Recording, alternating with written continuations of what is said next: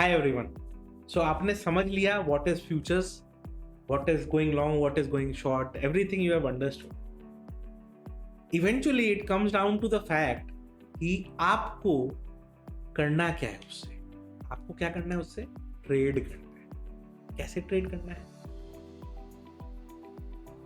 तो उसके लिए हमने जो इसके पहले सीखा था टेक्निकल एनालिसिस, उसको यूज करते हुए we can try that technical analysis to learn how to trade futures।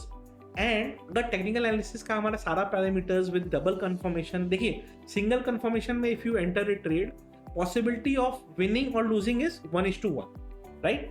मान लीजिए एक पर्टिकुलर व्यू आपका यहाँ पे बना कि market can go up from here, right. So आपने फ्यूचर्स में एक ट्रेड लेने का डिसाइड किया। Now there is only two possibility, whether you are right or wrong. तो ये आपने देखा कि मार्केट यहाँ से ऊपर जा सकता है। Now you have additional confirmation से कि मार्केट मूविंग एवरेजेस के ऊपर चल रहा है। You have got additional confirmation also, right. Now possibility of you being wrong reduces. It is now not 50-50। probability of you being wrong say reduces to 40%. Then additionally you have checked कि यहाँ पे volume भी हो रहा है bullish side में, तो क्या होगा? You get additional confirmation. Now your probability to go wrong reduces to 30%. So the more number of confirmations you have, उतना आपका गलत होने का पॉसिबिलिटी कम हो जाएगा। एंड इसीलिए हम टेक्निकल एनालिसिस यूज करते हैं, ठीक है। चलिए एक बार चार्ट पे चलते हैं। ये चार्ट आपको जो दिख रहा है ये निफ्टी 31 जुलाई का फ्यूचर है, ओके। जुलाई 25 का ये फ्यूचर है। Now if you see, first हमने टेक्निकल एनालिसिस में आपको क्या बताया था? सपोर्ट रेजिस्टेंस मार्क करना बताया था, कैंडल्स के पैटर्न्स बताए थे, right.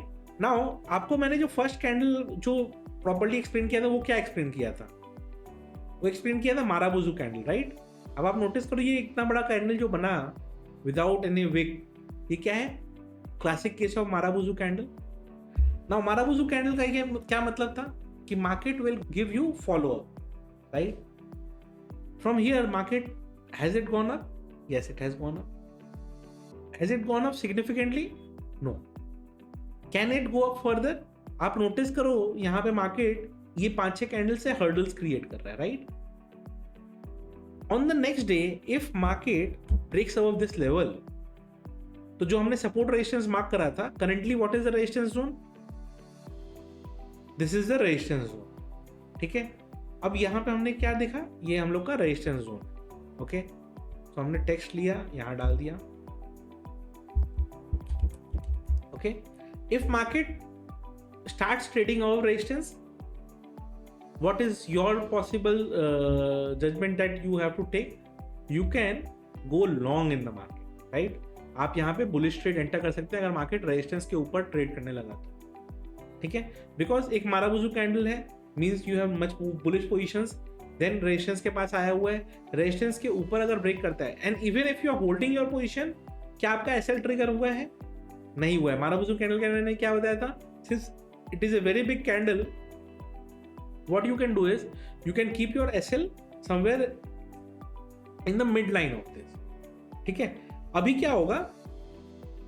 Just because if you see market यहाँ पे पहले रेजिस्टेंस था, इसको माराबुजू कैंडल ने ब्रेक किया, राइट। तो अब ये जोन जो नीचे का बन गया ना, बिकॉज ये पहले रेजिस्टेंस था जिसको माराबुजू कैंडल ने ब्रेक किया, now this zone also become support zone. तो यहाँ पे क्या बन गया है? सपोर्ट जोन बन गया है। तो ये जोन आपके लिए सपोर्ट बन गया।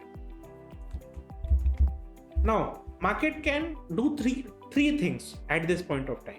या तो वो रेजिस्टेंस को ब्रेक करेगा, या सपोर्ट को ब्रेक करेगा, या फिर because market is now close, right. तो नेक्स्ट दिन के लिए हम प्लानिंग कर रहे हैं। माराबुजू कैंडल है, इसका मतलब क्या है? रेजिस्टेंस को ब्रेकआउट कर गया है, बड़ा कैंडल है, बड़ी बाइंग पोजीशंस है। People everyone over here are sitting with bullish positions. अगर ये रेजिस्टेंस को फर्दर ब्रेक करता है तो क्या होगा? यहाँ पे और बुलिशनेस इंटैक्ट रहेगा, बिकॉज यहाँ पे पहले तो वॉल्यूम भी था, प्लस आपको कंफर्मेशन भी मिला, प्लस रेजिस्टेंस जो होल्ड कर रहा है मार्केट उसको ब्रेकआउट भी कर रहा है। मल्टीपल लेवल कंफर्मेशन मिल गए। Now since it is resistance, market may reverse from resistance also, it is also possible, right। but अगर यहाँ से रिवर्स भी किया, but अगर मार्केट जब तक ये रेंज जो सपोर्ट जोन है इसको नहीं तोड़ेगा, तब तक क्या करना है? तब तक अपने को शॉर्ट नहीं करना है. So if market goes and breaks this support, breaking support will mean at least एक 5 मिनट का कैंडल क्लोज करे. ठीक है, तो इसके नीचे अगर 5 मिनट का कैंडल क्लोज करता है, नाउ अगर कोई यहाँ पे बुलिश पोजीशन में, तो उसका एसएल क्या होगा, समवेयर या तो आप सपोर्ट पे एसएल ले लो या मारुगुजु कैंडल के मिडिल में एसएल ले लो. और मिडिल में एसएल लेने के लिए एक आपको एडवांटेज क्या मिल रहा है कि 25,500 का एक राउंड नंबर भी आपके पास आ गया है. So round number confirmation, marubozu candle का सेंटर भी मिल रहा है आपको, मल्टीपल कंफर्मेशन मिल रहे हैं कि एसएल क्या हो. ठीक है, तो रेजिस्टेंस ब्रेकआउट हुआ, सपोर्ट पे आपने एसएल लगाया या आपने मारुगुजु कैंडल के सेंटर में एसएल लगाया, depending on what is your target. आपका टारगेट मान लो 100 पॉइंट का है, तो 30-40 पॉइंट्स का SL is feasible for you. But what if your target is only 40 points, से 550 के ऊपर आपको 600 तक का टारगेट है, तो आपको क्या करना है कि 25-30 पॉइंट से ज्यादा का एसएल लेना नहीं है, because your target is low. Okay, now what if हमने इतना सोचा कि ऐसा होगा वैसा होगा, रेजिस्टेंस से मार्केट ब्रेकआउट कर जाएगा, बट मार्केट का कुछ और प्लानिंग था, because nobody knows what is the planning of the market. तो फिर क्या देखने को मिल रहा है अपने को ये देखने को मिल रहा है कि market eventually decides to go down. तो ये सपोर्ट के पास आया. नाउ सपोर्ट के पास आके either it can break support or it can hold the market, right. तो वो सपोर्ट के पास आके, जैसे यहाँ रेजिस्टेंस में होल्ड किया है, वो सपोर्ट के पास भी आके होल्ड कर सकता है. तो मान लो वो होल्ड कर रहा है सपोर्ट के पास, आपको क्या करना है वहां. अगर वो ब्रेकडाउन देता है और वो क्लोज करता है एक candle below support level, you can enter a short position, but आपको एसएल क्या लगाना है, एसएल लगाना है रेजिस्टेंस का लेवल. तो आप अगर यहाँ एंटर कर रहे हो शॉर्ट पोजीशन, तो आपका रेजिस्टेंस आपका एसएल पॉइंट बन जाएगा. एंड अगर रेजिस्टेंस के ऊपर मार्केट निकल जाता है, तो आपको क्या करना है, आपको शॉर्ट साइड के पोजीशन से एग्जिट कर लेना है. ओके, तो ये तो हमने सपोर्ट, रेजिस्टेंस और कैंडल्स के बेसिस पे देखा. Do you have any other confirmations also? चलिए एक बार मूविंग एवरेज लगा लेते हैं. Moving average exponential. Okay, and मैंने आप लोगों को क्या बताया था कि एक गोल्डन थंब रूल याद रखिएगा 20 मूविंग एवरेज का, that if market is above 20 moving average, don't short the market. If market is below 20 moving average, don't go long in the market. अभी मार्केट क्या है, मार्केट बुलिश साइड में ही है, because market is above 20 EMA, right.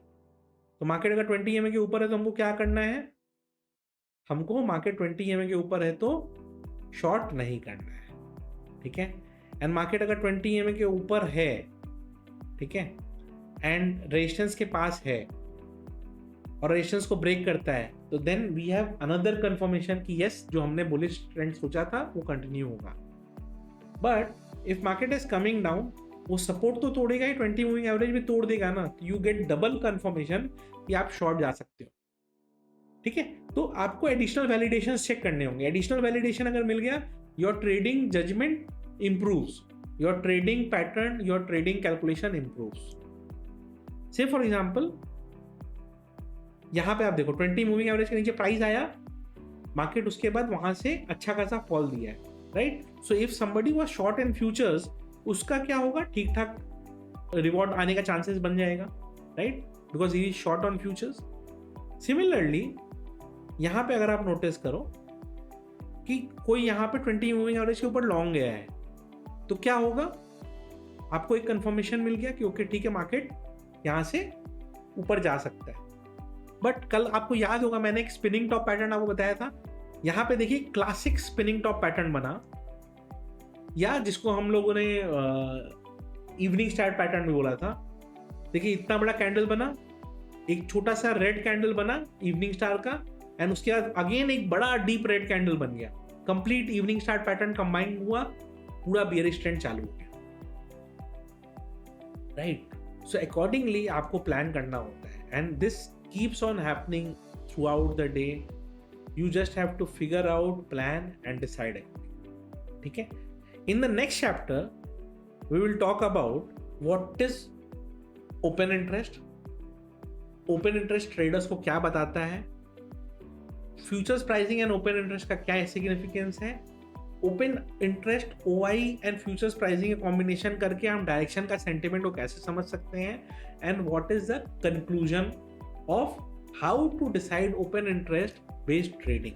Investments in securities markets are subject to market risks. Read all the related documents carefully before investing.